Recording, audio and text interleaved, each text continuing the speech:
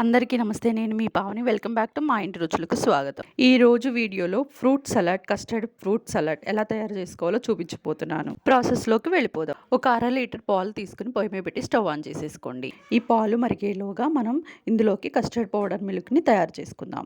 ఒక బౌల్ తీసుకుని instant custard పౌడర్ని తీసుకోవాలి. 2 నుంచి 2.5 స్పూన్ల టేబుల్ స్పూన్లు తీసుకుంటే సరిపోతుంది. కాసి చల్లార్చిన పాలు పావు కప్పు దాకా తీసుకోవాలి. ఇవి సపరేట్గా బాయిల్ చేసుకున్న మిల్క్ అండి. ఇందాక తీసుకున్న హాఫ్ లీటర్ మిల్క్లో నుంచి కాదండి నేను తీసుకున్నవి, సపరేట్గా వేరేగా తీసుకున్నాను. కాసి చల్లార్చిన పాలు తీసుకోవాలి. ఇప్పుడు పాలను చూద్దాం. ఈ విధంగా పొంగు వచ్చిన తర్వాత మంటని మీడియం ఫ్లేమ్లో టర్న్ చేసుకుని మనం ముందుగా కలిపి పెట్టుకున్న కస్టర్డ్ పౌడర్ని మరలా ఒకసారి కలుపుకుని పాలల్లోకి వేసేసుకోండి. ఉండలు కట్టకుండా గరిటెతో ఒక 5 నిమిషాలు బాగా కలుపుకోవాలి. పావు కప్పు దాకా పంచదార వేసుకుని బాగా కలుపుకుని ఒక 5 నిమిషాలు బాగా సిమ్లో పెట్టుకుని ఒక 5 నిమిషాలు బాగా కలుపుకోవాలి.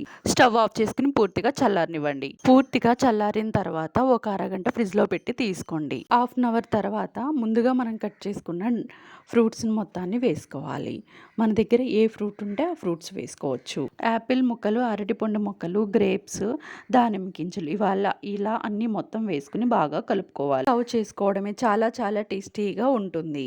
ఇందులోకి మీకు స్వీట్నెస్ సరిపోకపోతే కొంచెం హనీ తీసుకుని పైన వేసుకుని తీసుకోవడం. చాలా టేస్టీగా ఫ్రూట్ సలాడ్ ఇంట్లోనే తయారు చేసుకోవచ్చు. మీకు నచ్చినట్లయితే లైక్ చేసి సబ్స్క్రైబ్ చేసుకోండి.